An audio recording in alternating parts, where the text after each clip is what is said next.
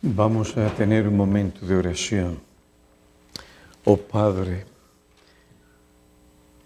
te alabamos de lo profundo de nuestro corazón por el Salvador poderoso que continúa intercediendo a favor de nosotros para que nuestra fe no falte.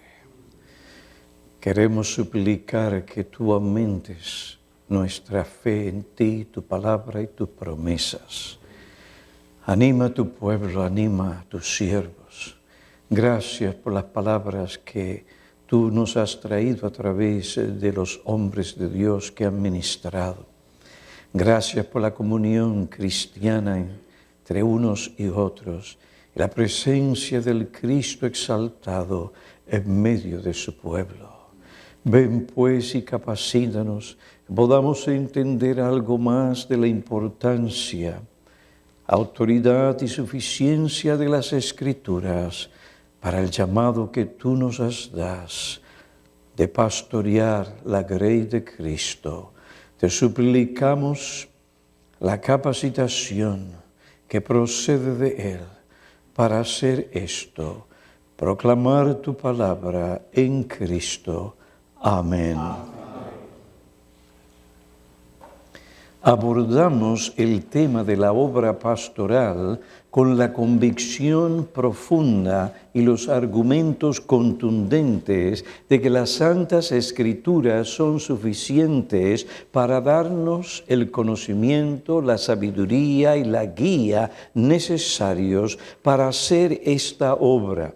En 2 Timoteo, capítulo 3, versículos 15 al 17, Pablo le habla a Timoteo y le dice, y que desde la niñez has sabido las Sagradas Escrituras, las cuales te pueden dar la sabiduría que lleva a la salvación mediante la fe en Cristo Jesús. Timoteo, no te olvides de esto. No importa en qué tiempo te encuentres, sean tiempos buenos, tranquilos, prósperos o tiempos de escasez, de peligro.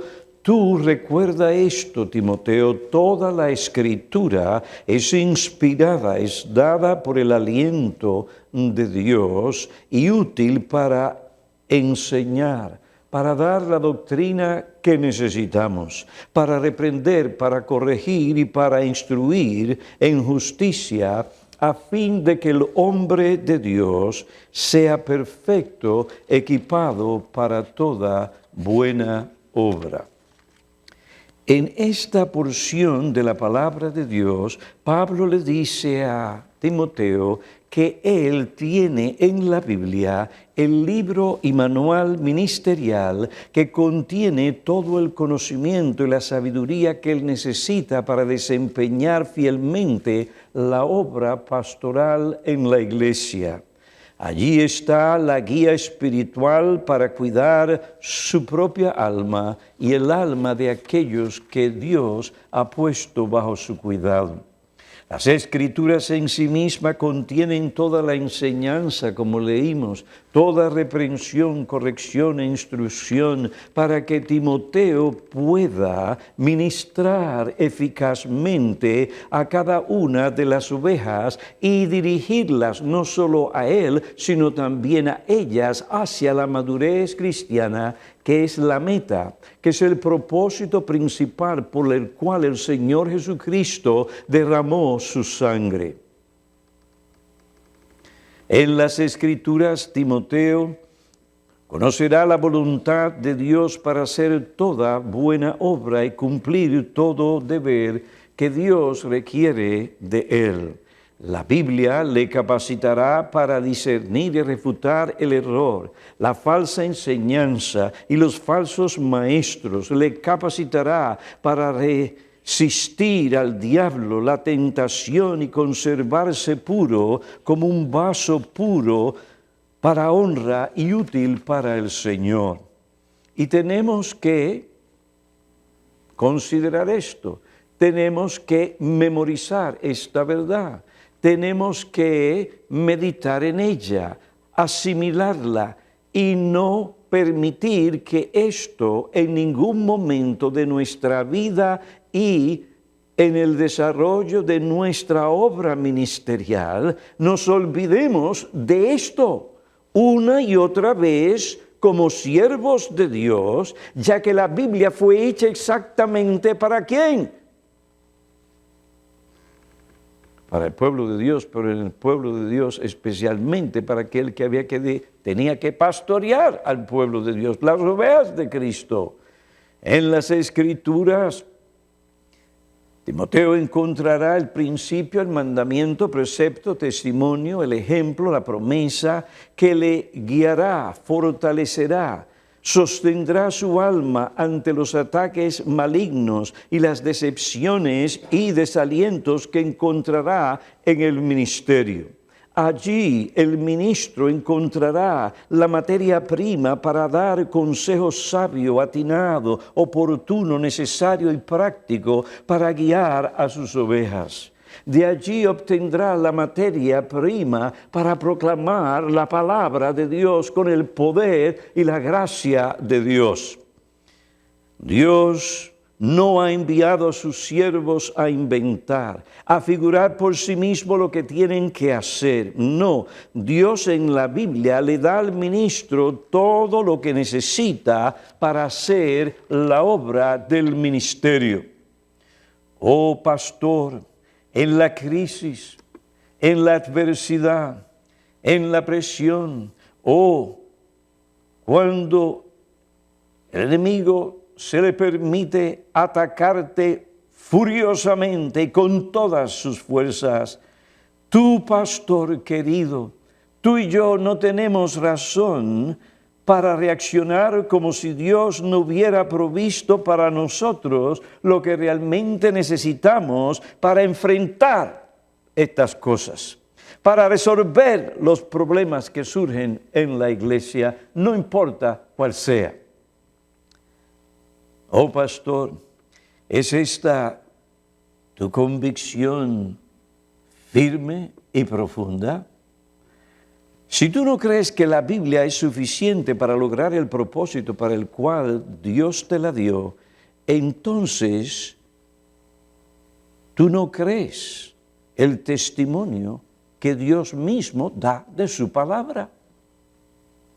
Además, niegas que el Señor Jesucristo, el buen pastor, te ha dado todo lo que tú necesitas, lo que el creyente necesita, lo que la iglesia necesita. Pero si realmente crees que la Biblia es suficiente para el propósito para el cual Dios la dio, entonces, ¿cuál es tu deber? Empaparte bien de su contenido. Debes asimilar sus enseñanzas, debes esforzarte por entender bien la Biblia, sus declaraciones, sus verdades, lo que estas cosas significan, cómo deben aplicarse a tu vida y a la vida de aquellos que están bajo tu cuidado.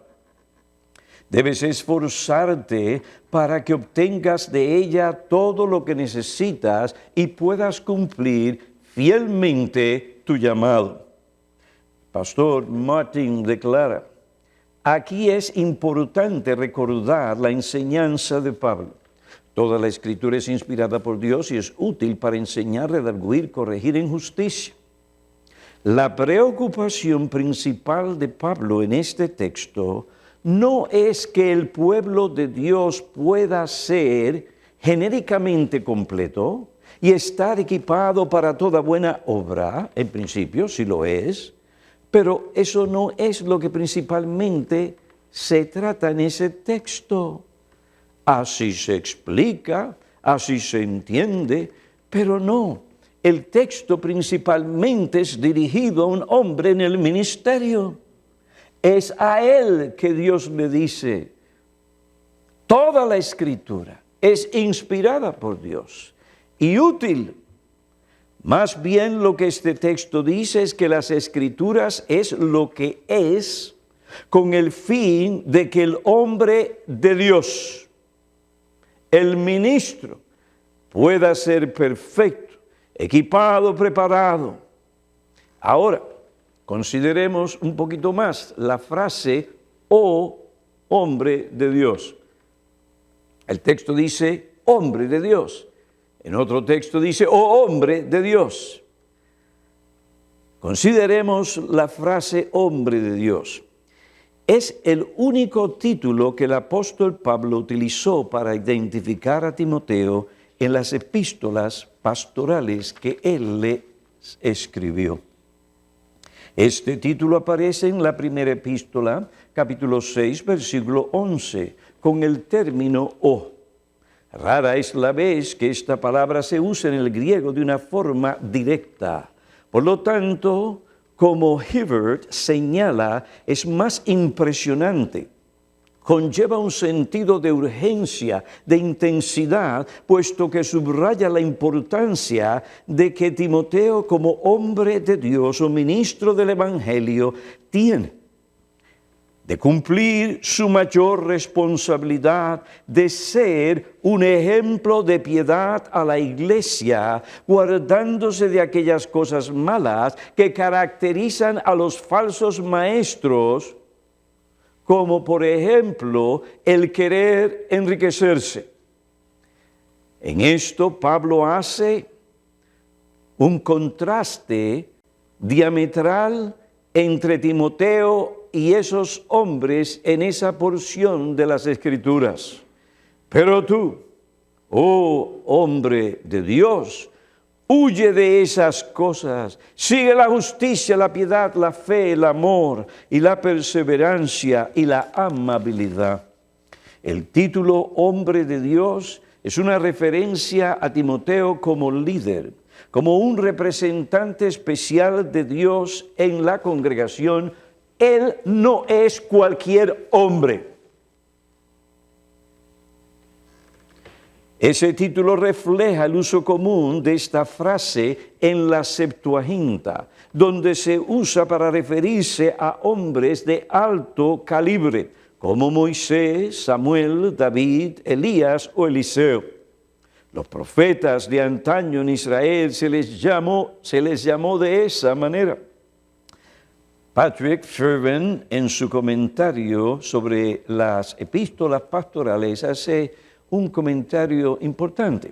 Dice, la designación hombre de Dios en tiempos antiguos, y yo entiendo que hay diferentes comentaristas que no explican esta frase como Fervin y vuestro servidor lo hacen, pero la designación hombre de Dios en tiempos antiguos se utilizaba frecuentemente para designar al profeta porque éste sostenía una relación peculiar, cercana y personal con Dios.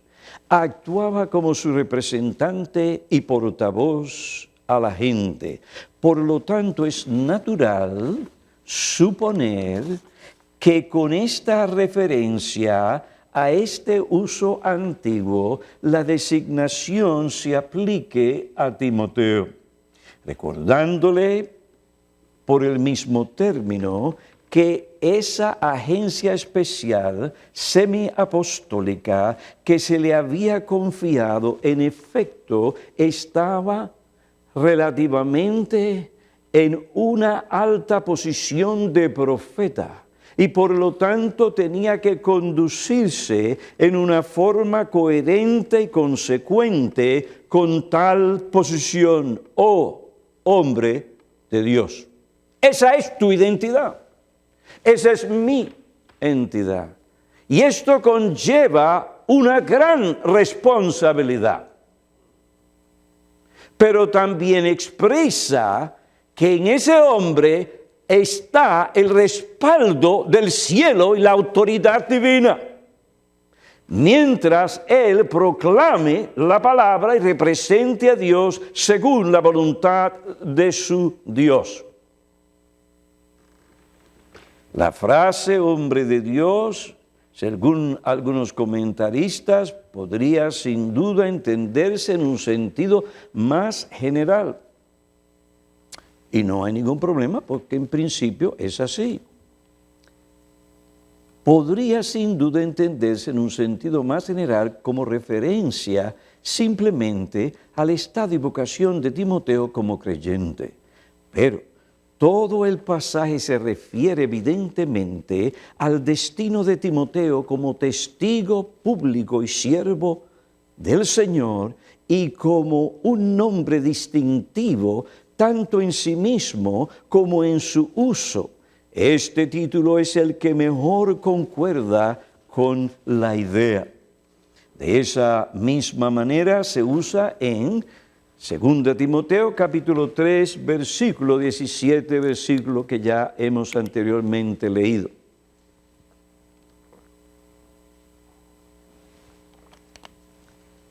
Y no hay mejor versículo en lo que respecta a nuestro llamado, lo que Dios quiere para nosotros y la abundancia de lo que Dios ha provisto para nosotros, que estos versículos.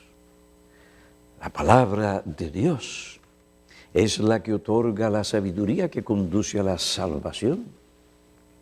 Es la que nos da el conocimiento y todo lo necesario para conocer a Dios, para andar humildemente con Dios, para servir a Dios y hacer la voluntad de Dios, y óigame bien, guiar a otros a andar cerca, humildemente cerca de Dios. Ahora bien, esos dos pasajes son únicos, los únicos pasajes donde aparece este título en el Nuevo Testamento. Las cosas sobre las cuales se exhorta a Timoteo a huir son claramente mencionadas en el contexto inmediatamente anterior: el amor al dinero, todas las concupiscencias dañinas y las prácticas corruptas, así como insensatas e inapropiadas a los que da lugar. Timoteo es el líder, el representante del apóstol, pero sobre todo es líder y representante de la cabeza de la Iglesia, el Señor Jesucristo, cuya vida debe ser un ejemplo a todos los creyentes. El título hombre de Dios no es una referencia a un hombre cristiano de forma genérica, sino un título oficial y especial para designar al hombre de Dios llamado al santo ministerio pastoral en la Iglesia del Señor Jesucristo. Y como tal, tiene Timoteo la fuente o el manual de conducta suficiente para que pueda cumplir aquella misión para la cual Cristo le ha dado su palabra. Timoteo 3:17, toda la Escritura es inspirada, es útil, provechosa para la doctrina, para redarguir, corregir e instruir, a fin de que el hombre de Dios alcance madurez en todo aspecto de su vida y esté equipado, tenga todas las herramientas que él necesita para toda buena obra. Una de las cosas que a mí me preocupa y me inquieta es que cuando vamos a trabajar en la iglesia, los hermanos vienen con las manos vacías. ¿Y dónde está tu cinta de medir? ¿Dónde está el martillo? ¿Dónde está la pala? Y así se aparecen los ministros en la iglesia. Vienen con las manos vacías. Vienen con el corazón y la mente vacía. ¿Y qué puede dar un hombre al pueblo de Dios si está en su interior vacío?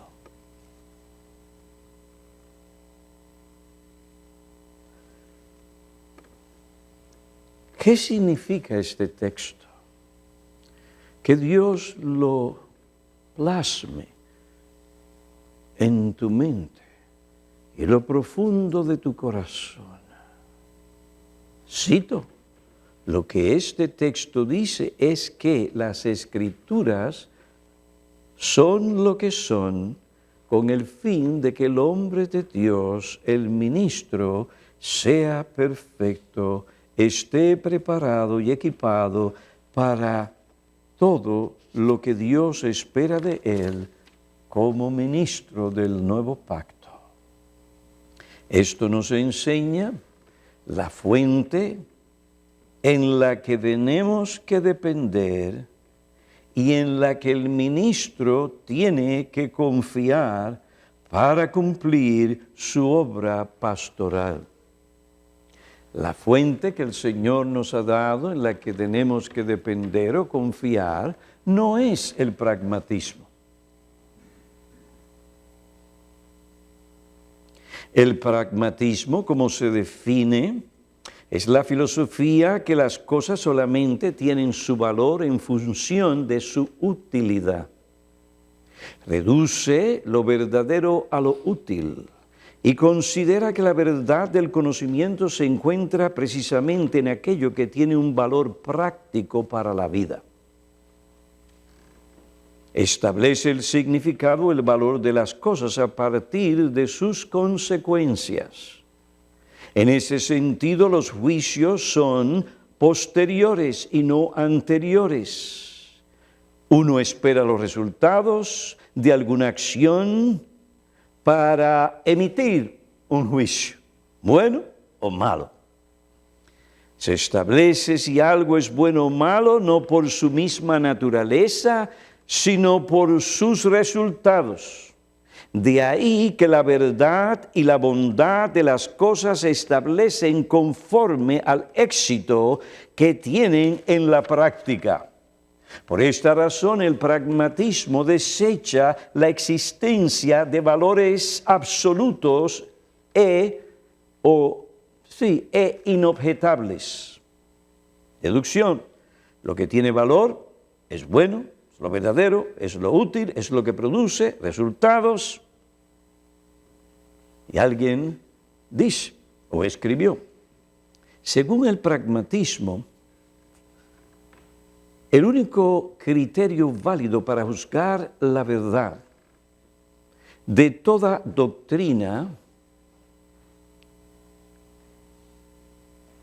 de la moral o la religión, se ha de fundar en sus efectos prácticos.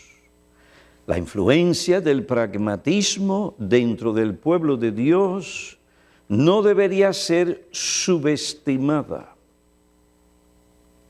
ya que grandes creyentes fueron contaminados y hoy en día no son pocos de los nuestros que a menudo son engañados por esta filosofía.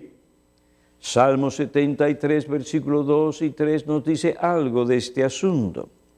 Aún nosotros, tú y yo, somos tentados y vulnerables a pensar que el lado de la prosperidad es mejor que la verdad. ¿Cuántas personas vienen al culto? Hay un sentido correcto en el cual el pastor se preocupa por quién y quién no está en la iglesia. Pero una cosa es una preocupación espiritual que busca el bien de la oveja. Otra cosa es para sentirse uno si lo que uno está haciendo realmente vale la pena. ¿Vale la pena? Es decir, que si vienen pocos nos sentimos mal. Y empezamos a ver, bueno, ¿qué fue lo que yo hice? ¿O qué fue lo que hicieron los otros? O que tal vez lo que estamos haciendo no es lo que trae resultados. Tal vez el pastor tal, que está en tal postura, que tiene tantas personas siguiéndolo, que es una celebridad, y no tengo problema con su celebridad, es celebritismo, tendrán razón. Y empezamos a cuestionar lo que estamos haciendo. No porque la Biblia nos llama a cuestionarlo, sino porque nosotros hemos llegado a asimilar la filosofía del pragmatismo.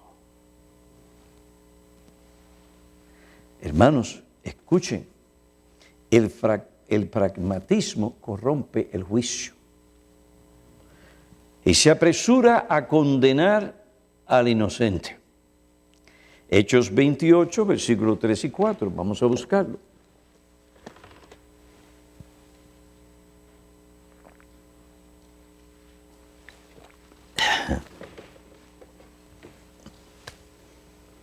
Pero cuando Pablo recogió una brasa de leña y la echó al fuego, una víbora salió huyendo del calor y se le prendió en la mano. Bueno, yo no sé cómo, espero que no haya sido así. Se le prendió en la mano y los habitantes, al ver el animal colgando de su mano, decían entre sí: sin duda este hombre es un asesino. Tal vez un piñerista. ¡Asesino! Porque aunque fue salvado del mar, justicia. Oiga bien, justicia no está hablando de la justicia divina, está hablando de una diosa. La personificación de la diosa Nike. Pues aunque fue salvado del mar, la diosa no le ha concedido vivir.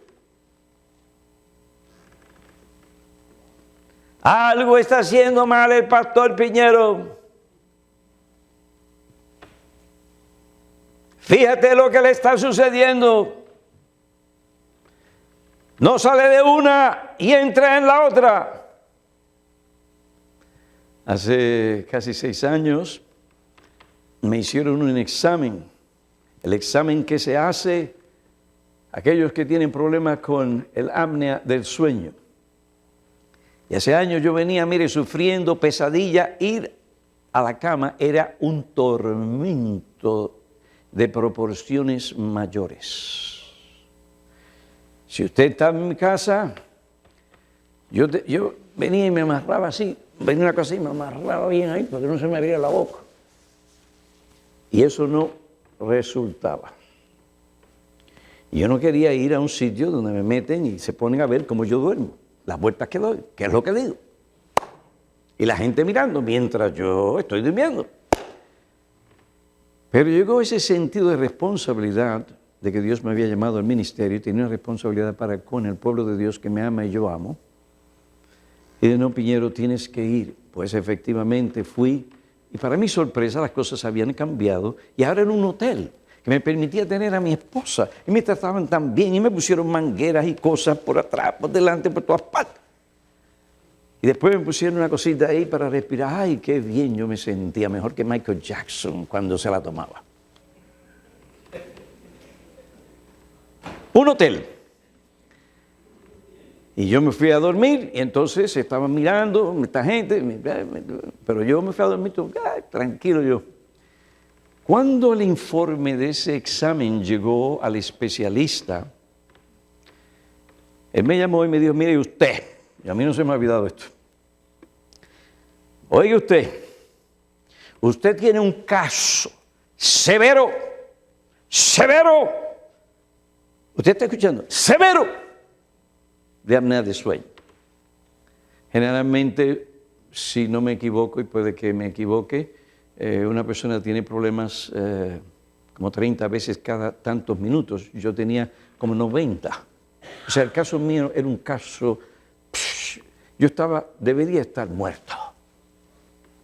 Cuando el doctor me dijo eso, yo dije: oye, Dios ha tenido misericordia de mí y no me ha dejado morir para que mis enemigos, si ustedes están oyendo, no se rían de mí. ¡Qué bondad de Dios! Hace 6 años tengo que vivir con una máquina. Si no hay luz, yo no duermo. Pero esa máquina me salvó la vida.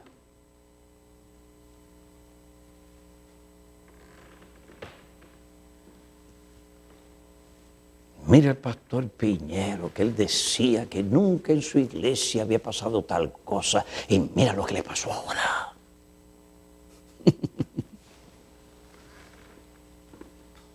Es lo mismo que le pasó. Ese asesino de Pablo.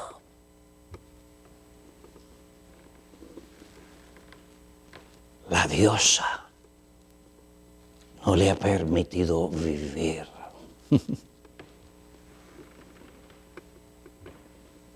¿Cómo afecta el pragmatismo? Así que ten cuidado al pasar juicio sobre otros siervos de Dios y sus ministerios. Muchas veces tú no sabes lo que hay detrás, el sufrimiento, las lágrimas, los principios. No llegues a un lugar y porque Dios te ha bendecido, ya inmediatamente dices, aquí lo que pasa es que no están haciendo lo que nosotros hacemos en nuestra iglesia tiene esto, tiene aquello, tiene aquello, tiene aquello, tiene aquello, tiene lo otro, y no le falta nada. Así que yo vengo aquí, yo le voy a decir a ustedes lo que ustedes van a hacer. Mira, esto es lo que ustedes tienen que hacer. Tienen que hacer esto, aquí tienen que hacer esto, y ya sabe. Y ya después de unos años viene la cabeza abajo. ¿Qué pasó? Los españoles tienen la cabeza alta, porque han estado allí luchando y siguen confiando en el Señor. Pero no se precipite a pasar juicio sobre otro siervo de Dios y su ministerio. ¿Cómo afecta el pragmatismo la evangelización en la iglesia? ¿Cómo afecta la eclesiología? En la evangelización, el fracaso o el éxito se mide ante todo no por las normas o los estándares bíblicos, sino por las cifras, por el número de decisiones, contactos y profesiones. Aunque los números tienen su lugar, no es bíblico evaluar el éxito primera o exclusivamente por sus resultados numéricos. Si es así, entonces el ministerio de Isaías, Jeremías, Pablo y aún del Señor Jesucristo fue un fracaso de proporciones mayores, especialmente el Señor. Al final de su ministerio, Pablo dijo, en mi primera defensa, nadie estuvo a mi lado, sino que todos me abandonaron. En mi primera defensa, nadie estuvo a mi lado, sino que todos me abandonaron. Y usted sabe que Dios permite a veces ese abandono para que usted pueda experimentar algo de la experiencia de Jesucristo en la cruz del Calvario.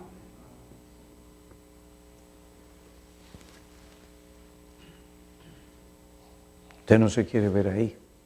Imagínese el Señor Jesucristo cuando dijo, Padre, Padre, Dios mío, ¿por qué me has abandonado? Imagínese Pablo, después de todo ese esfuerzo, le pagaron mal por bien.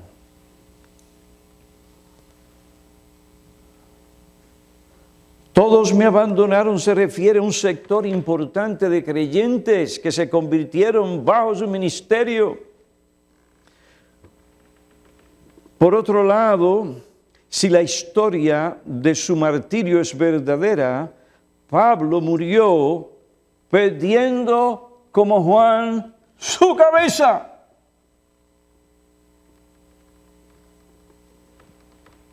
Ante la predicación del Señor Jesucristo, su aplicación clara y directa, el número de sus seguidores y su popularidad menguaron considerablemente, Juan 6:60. Pero muchos de sus discípulos, cuando oyeron esto, dijeron, dura es esta declaración, ¿quién puede escucharla? El Señor fue claro, era muy popular, pero cuando el Señor empezó a amarrar y aplicar de una manera directa al corazón y a la conciencia, a desnudar a la gente, espiritualmente hablando, oye, esto es muy estricto, esto no nos conviene. dura es esta declaración. ¿Quién puede escucharla? Siglo 66, y como resultado de esto, muchos de sus discípulos se apartaron y ya no andaban con él. Al final de su vida, aún sus más cercanos e íntimos discípulos lo abandonaron.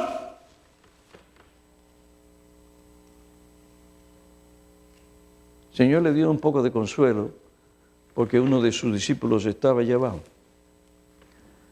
Pero ese mismo discípulo, con los otros, en el momento del arresto, abandonaron al Señor. ¿Qué pasó? Parece que el paradigma de evangelización de Jesús frustró su actividad y sus campañas evangelísticas y su obra pastoral. Muchos ya no andaban con él. En términos humanos, murió como un hombre desilusionado, desencantado y sin éxito. Eso es como los hombres ven, como los hombres juzgan, debido a la filosofía del pragmatismo. ¿Sabe lo que es? Que el Señor me ha concedido ir a diferentes iglesias en España. Y digo esto, hermanos, por favor, no me malentiendan. Cuando yo estoy revelando mi corazón, mis experiencias, no es porque pienso que ustedes o que yo soy mejor que ustedes, etcétera. No. Si ustedes me disculpan, si ustedes pensaron, ¿qué le pasa al pastor Piñero que siempre está hablando de la clase ejecutiva? Son experiencias, estoy hablando con mis amigos. Yo sé que esto va a ofender, yo no lo mencionaría. Porque ¿quién es este gusano para estar en clase ejecutiva en United?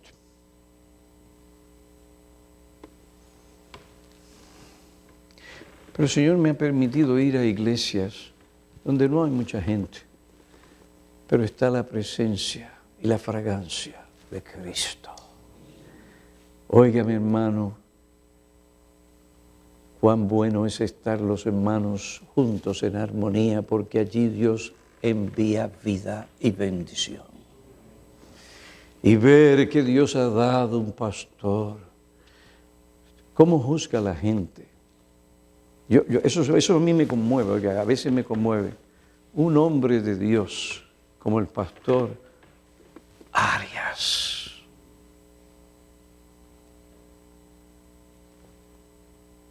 Que humanamente es un hombre. Ninguno de ustedes aquí le gana a él en el mar, a nadar, en la profundidad. Corriendo, ustedes van a estar allá detrás y él va a estar allá al frente. Alimentación, buenísima. Unos potajes que me da mi Nelly allí cuando yo llego, que reviven a un muerto. Un hombre que se esmera y se entrega a estudiar las Escrituras. No es perfecto, pero es un hombre de principio. Ama al Señor. Ama las ovejas. Domingo tras domingo, predica la palabra.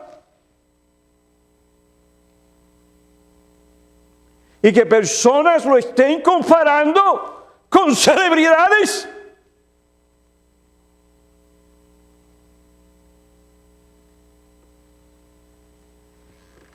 ¿Quién sabe el precio que él y su anciano Carlos Chicos ha tenido que pagar? Y han pagado y están pagando por sostener la verdad. Porque hay tal cosa como compra la verdad y no la vendas. Y si tú no eres ese siervo de Dios, salte del ministerio. Y ver esos hombres entregándose a ministrar domingo tras domingo, y no tanto como el fruto sea de Northbergen, el otro, aquel. ¿Quién de ustedes se atreve a decir que esas personas no están haciendo la obra de Dios como algunos lo han hecho? ¡Qué malagradecidos! Teniendo un don de Cristo por el cual Cristo se dio, que sería un anciano inmediatamente en Northbergen. Y no es apreciado y valorado porque no hay fruto según el nuevo calvinismo. Mucha espuma, como dice mi amigo el pastor Martínez, Juan Martínez, y poco chocolate.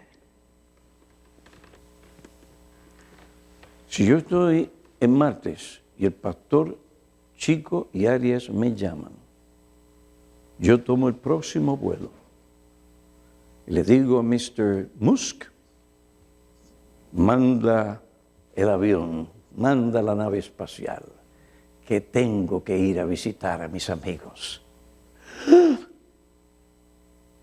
en Tenerife, en Málaga. En Madrid, cuando no había la gente que hoy hay. Esos son mis amigos.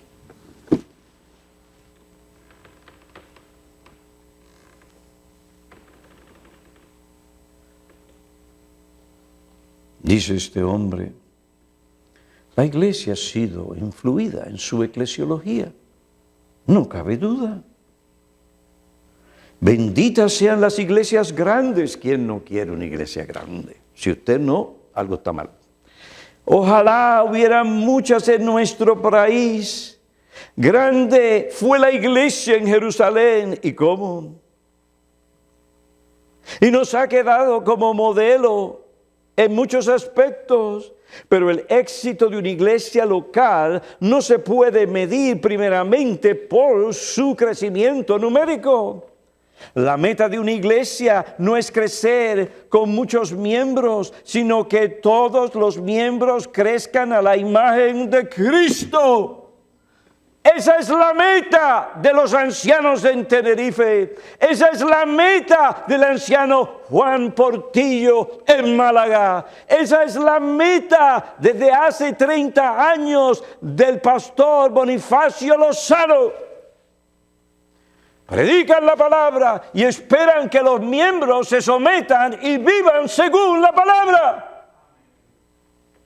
Y cuando empiezan a mostrar la enseñanza y decir todos tenemos que someternos porque hay pecados deliciosos que la gente no quiere abandonar, entonces lo crucifican. ¿Cómo que lo hacen allá en España? O yo no sé cómo es. Los crucifican. Gracias al Señor, hace unos domingos, el Señor me permitió predicar en esta iglesia en Madrid. Yo tenía este mensaje en mi corazón que había que predicarlo. Y el Señor en la debilidad me permitió hacerlo. Era sobre el lugar central de la predicación bíblica en los propósitos redentores de Dios. Y esta iglesia por 30 años se ha distinguido. Sola escritora. Él, ni yo, ni tú somos pastores perfectos. Tenemos que progresar. Tenemos que enmendar algunos de nuestros caminos. Eso es así y así será hasta el fin. Pero mi propósito, ya que Dios les está bendiciendo, ustedes ven, todo esto que está aquí no es el producto de haber abandonado la exposición bíblica y el pastoreo de almas. Hace 30 años, cuando nos conocimos, él había llegado a las doctrinas calvinistas, como algunos y muchos que piensan que son reformados porque simplemente conocen los 5 puntos. Se han olvidado que hay un 6. 5 puntos. Cuando llegó a conocerme, a conocer nuestro ministerio y darse cuenta de esa aplicación, de ese aspecto de la predicación, su vida y su ministerio pastoral cambió. Y le costó, como le está costando a algunos de ustedes. Pero han perseverado. En España es difícil, pero para Dios nada es imposible. El mensaje del Señor para aquellos y para mí: continúen sosteniendo esa doctrina. La doctrina de la centralidad de la predicación bíblica en los propósitos salvadores de Dios. La meta de una iglesia no es crear muchos miembros por tener muchos números, sino porque esos miembros crezcan a la imagen de Cristo, y eso te va a costar a ti, y me ha costado a mí mi buen nombre. Yo sé que en algunos lugares el nombre Piñero es estiércol.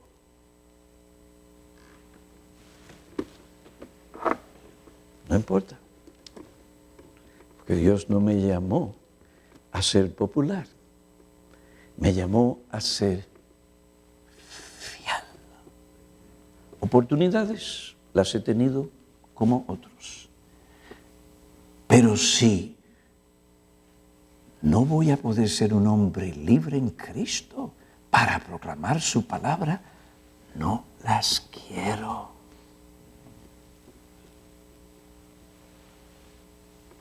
La meta tuya y mía como siervos de Dios, que tenemos la Biblia y todo lo que necesitamos, es que nuestras ovejas se parezcan a Cristo. Esa es la meta, no hay otra.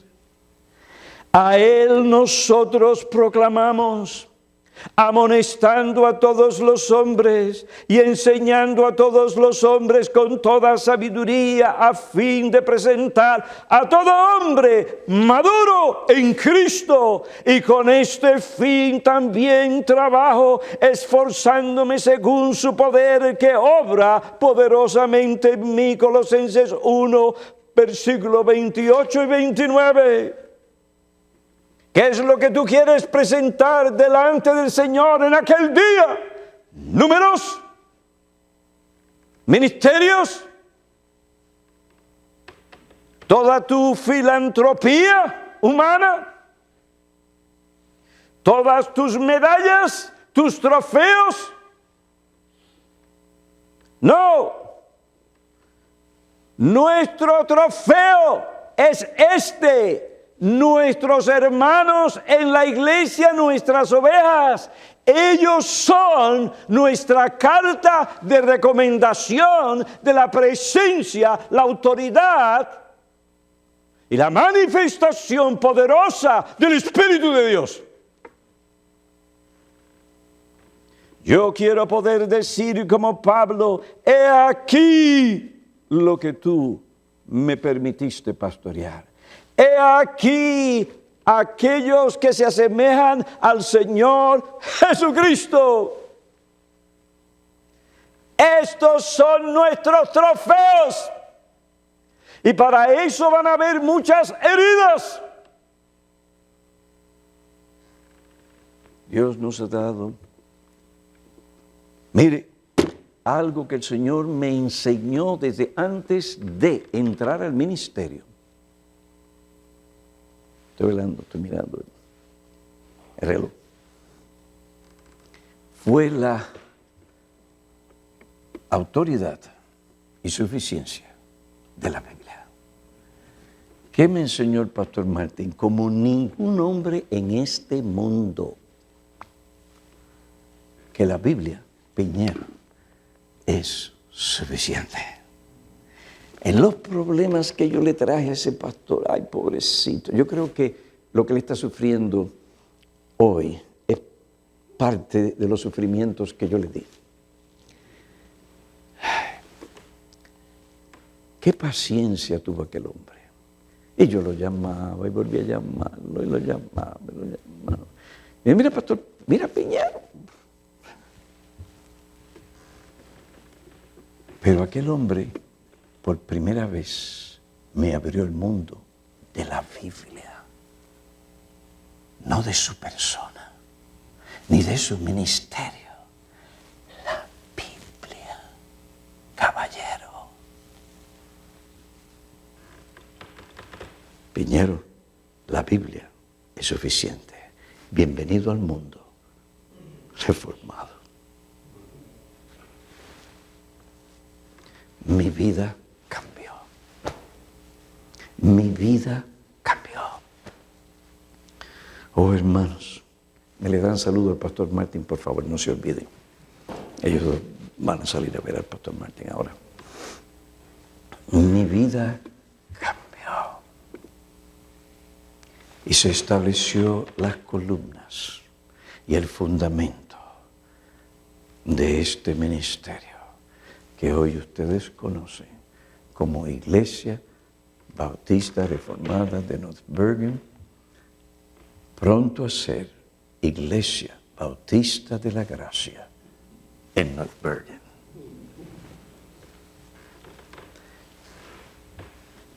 No les he dado mitad del sermón, pero el tiempo me dice, y sus ojos y cuerpos me hablan. Tened misericordia, Pastor Piñero, de nosotros. Llegaré hasta donde pueda llegar en estas conferencias.